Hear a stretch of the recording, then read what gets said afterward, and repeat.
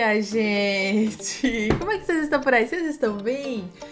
Seja bem-vindo a mais um vídeo. E hoje eu quero conversar aí com a galera, especificamente com a galera. Dá um oi aí pra mim nos comentários quem vai fazer seleção de mestrado ou seleção de doutorado este ano, no final de 2023. Conta aí pra mim, vai. Bora lá!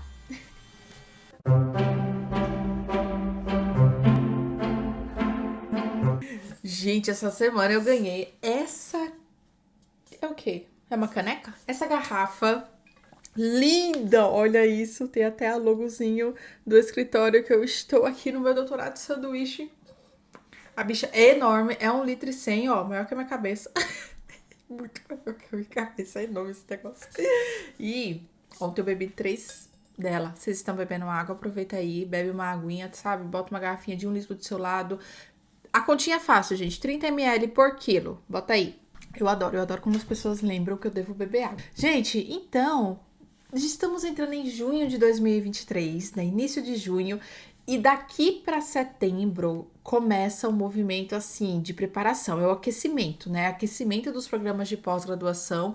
Eles já estão ajeitando o edital, já estão planejando a abertura da seleção e normalmente as seleções começam a abrir em agosto, só que numa maior quantidade, assim, em setembro, outubro. Setembro é o auge, né? Vários programas de pós-graduação aí abrem os seus editais. Então, hoje, em junho, faltando 3 meses para setembro, eu acho que é o momento ideal para a gente conversar sobre isso, para a gente conversar sobre o seu planejamento aí, a sua preparação para essa seleção. Então, eu imagino que você aí já tem um programa de pós-graduação em vista. Se você ainda não tem, corre, que ainda dá tempo de você ver a universidade e ver qual programa de pós-graduação que você quer tentar. Não é a unidade, não é o curso, eu quero o de enfermagem, ou eu quero o do curso de enfermagem. Não, qual é o programa de pós? Na USP, o de enfermagem tem 5 programas de pós, entende? Cada um tem o seu próprio edital, tem o seu próprio processo seletivo, seus próprios professores, grupos de pesquisa. Então, escolha o programa de pós-graduação. Vou deixar linkado um vídeo aqui em cima, onde eu ensino você a procurar por programa de pós-graduação. Tendo o seu programa de pós-graduação aí delimitado, tá na hora de você entrar no site dele e buscar o edital do último processo seletivo. Então, no site do programa de pós ou no site do curso, você vai lá em ensino, em pós-graduações e você vai buscar por seleções, últimos editais. Abre a página de editais e pega o último edital que foi lançado, tá? Do último processo seletivo aí. E aí, gente, abrindo esse edital, que é um documento que vai detalhar sobre o programa de pós-graduação, o objetivo dele, as linhas de pesquisa, ou seja, sobre o que aquele programa de pós-graduação pesquisa. E ao longo desses 2 anos de mestrado, desses 4 anos de doutorado, você vai desenvolver uma pesquisa. Pois é, uma pesquisa por 2 anos, uma pesquisa por 4 anos. Então, você vai ler muito sobre aquilo, você vai aprender como fazer pesquisa, né? Eu espero que sim, de verdade. Então, você precisa fazer essa escolha de acordo com seus interesses pessoais e interesses profissionais também, tá?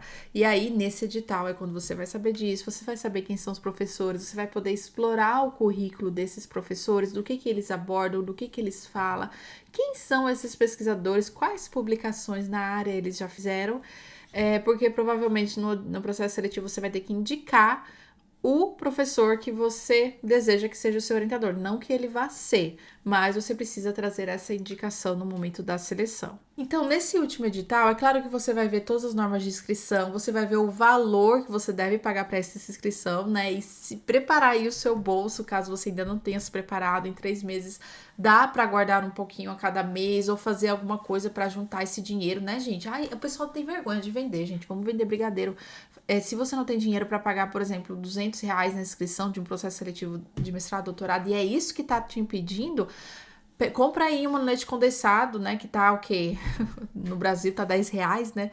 R$10 o leite condensado, compra aí umas forminhas de brigadeiro, uns copinhos de brigadeiro, se quiser vender brigadeiros de colher, faz os brigadeiros aí em casa, vai vender, vai no parque. Eu já encontrei várias pessoas lá no Ibirapuera, em São Paulo, adolescentes que estavam finalizando, que desejavam entrar no mestrado, né, elas conversando comigo. Eu acho o máximo isso. E é isso, gente, tem que correr atrás dos nossos sonhos, a gente tem que fazer o negócio acontecer.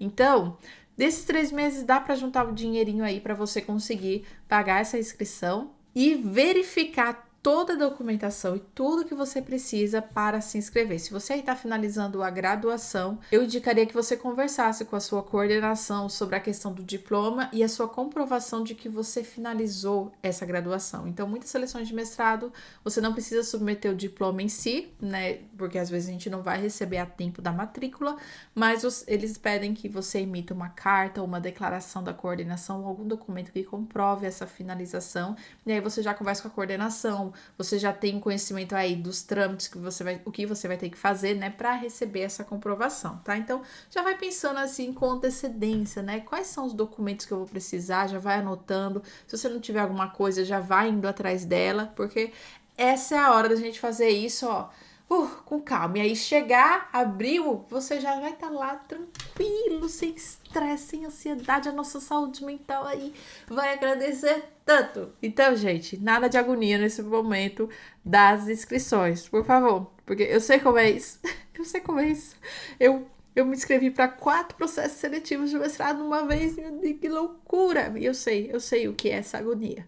Viu a questão das inscrições, agora você vai ver as etapas que você vai precisar passar nesse processo seletivo, né? Então, se você está no doutorado, você já provavelmente já passou por isso no mestrado, e aí vai ser análogo, gente, vai ser muito parecido esse processo que, né, seletivo você vai passar. Agora, se você aí vai para o mestrado, provavelmente você desconhece quais são essas etapas que você pode passar. Então, a gente tem 6 etapas que variam muito de programa para programa, mas que podem estar presentes aí no seu processo seletivo, tá? Primeira delas, gente, o inglês. Pensando na preparação em 3 meses, eu acho que esse é o momento principal, essencial, assim, se você ainda não começou a se preparar para o inglês, agora é a hora de você começar, tá? Porque isso requer tempo, é uma evolução um pouco devagar, mas você pode se preparar prioritariamente para a prova de proficiência. Então, você não precisa entender inglês, estudar inglês, ser proficiente no inglês. Você precisa passar numa prova de inglês. E a gente tem técnicas de estudo, né? Técnicas de como se preparar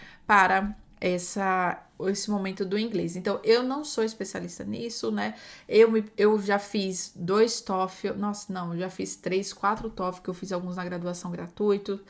Fiz a proficiência, né, pro meu mestrado, fiz proficiência do doutorado 2 vezes, mas eu não tenho, assim, técnicas, eu não ensino, algumas pessoas perguntam bastante, então, mas o que eu oriento? Procure um professor, procure uma pessoa que dê aulas de inglês instrumental para você se preparar para esse processo seletivo em específico e faça um planejamento para isso, comece essa preparação. E observe se nesse edital você precisa fazer uma prova de inglês de proficiência da própria universidade, ou seja, que faça parte do próprio processo seletivo, ou você só precisa submeter aquela documentação em algum momento, seja na hora da inscrição, ou às vezes você precisa submeter essa documentação no primeiro ano do mestrado, comprovando a sua proficiência do inglês. Então, isso pode variar de programa para programa. Observa isso, tá? Porque se você precisar trazer de fora e você deve se inscrever com aquilo, você já poderia ir tentando, né? Ir arriscando, mas também tem o valor dessa prova de proficiência, gente. Então, ó, vamos planejar isso aí direitinho. Outro elemento que a gente tem e que está presente em todas as seleções é o projeto de pesquisa, ou proposta de dissertação, ou anteprojeto, né? Seja lá qual o nome que você chama, que o edital chama, seria aquela pesquisa que você propõe desenvolver ao longo do mestrado, ao longo do doutorado.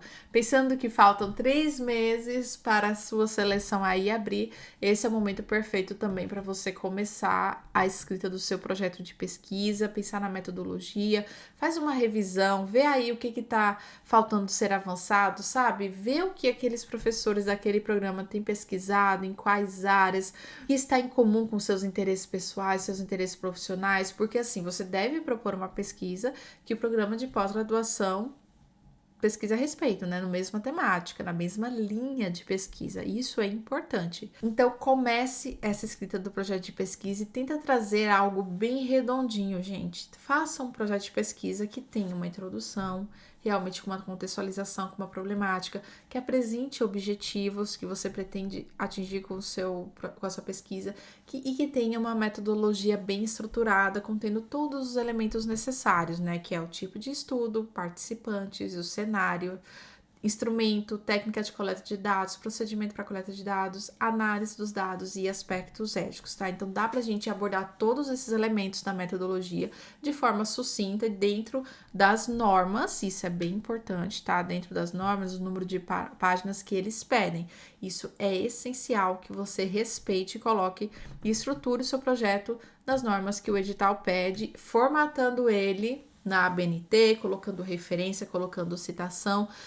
Se dedique um tempo nessa formatação também. Currículo, minha gente, vamos começar também a pensar na organização daqueles certificados, daquelas declarações, né, que a galera aí, eu tô ligada que as pessoas não imprimem, as pessoas não vão atualizando o currículo, elas só vão recebendo, tá tudo lá salvo no e-mail, tá tudo lá salvo numa pasta, e quando elas precisam, quando chega a hora do processo seletivo, que elas se veem diante de ter que comprovar, né, de ter que imprimir tudo, elas correm atrás para dar tempo de selecionar tudo e imprimir tudo certinho. Então, já começa nesse processo, sei lá, cada mês se comprometa aí para ver alguns elementos, né? Ou para pedir alguns elementos, né? Se você ainda não tem aquele certificado, aquela declaração, aquela iniciação científica que acabou daquele evento que você participou, começa a correr atrás disso para depois você não ficar agoniado. Muita gente, eu já vi pessoas que perderam a data da inscrição justamente por causa do currículo, elas não conseguiram atualizar o currículo, gente. Ou que infelizmente pontuaram baixo no currículo e aí acabaram sendo desclassificadas do processo seletivo. Não que a etapa do currículo fosse desclassificatória, mas quando somou toda a nota, né, da seleção, elas acabaram saindo. Então, presta atenção no seu currículo também, que isso vai ser importante. Outra etapa pra gente, assim, que vocês não precisam pensar nisso em 3 meses, né? Mas tenha ciência de que isso vai acontecer, que é justamente a etapa de entrevista ou arguição. Vai ser uma das duas coisas. Ou você vai ser entrevistado sobre o seu projeto de pesquisa e sobre a sua carreira profissional, né? Os seus interesses pessoais, para os avaliadores conhecerem quem é você. Ou você vai passar pela arguição, que vai ter um momento inicial onde você vai apresentar a sua pesquisa muito rapidamente. Gente, eu ajudei uma pessoa que ela teve que apresentar o projeto dela em 5 minutos. 5 minutos. Então, assim, você tem que ser muito sucinta e muito pontual e saber exatamente quais são os elementos necessários de ser apresentados ao longo ali daquele momento, viu? É desafiador. E aí, depois dessa arguição, você pode ser perguntado também sobre a sua pesquisa, ou seus interesses pessoais e profissionais, né? Eu já fiz um vídeo falando sobre essa questão da entrevista e vou deixar linkado aqui em cima também. E por último, gente, a última etapa que pode vir a acontecer é a carta de interesse ou carta de intenção. Na área da saúde não é tão comum, eu tenho observado que tem aumentado nessa necessidade da carta de interesse, mas é principalmente comum na área de educação, na área de humanas, que é quando você conta um pouquinho, né, quem é você, quais são os interesses para você entrar naquele programa de pós-graduação. Então, 3 meses talvez seja muito tempo para pensar sobre isso, talvez, mas você já pode ter em mente que você vai ter que fazer isso, e se você precisar ajuda, né, de correção gramatical, de coerência, coesão textual, se você quiser planejar sobre isso, quanto antes você fizer essa carta e contratar uma pessoa para te ajudar nesse processo, melhor para você. E se você aí não vai fazer a seleção de mestrado e doutorado esse ano, mas assistiu esse vídeo, né, já para ter uma consciência, já para ir entendendo como é esse processo, eu vou indicar que você assista esse outro vídeo aqui, que é quando eu apresento um planejamento anual para você se preparar para o seu processo seletivo. E olha, se você assistir ele, fizer as coisas que eu falo ali, nossa, as chances de você passar essa seleção são muito grandes mesmo, tá? Vale super a pena. Esse vídeo tem ouro de verdade. E aí, minha gente, lembra de olhar bem as etapas, os critérios e considerar o que eu falei aqui pra vocês, aplicando para o edital que você vai prestar aí, tá? Porque isso pode variar, respeita as normas, presta atenção nessas normas direitinho pra vocês não se aperrearem lá na frente.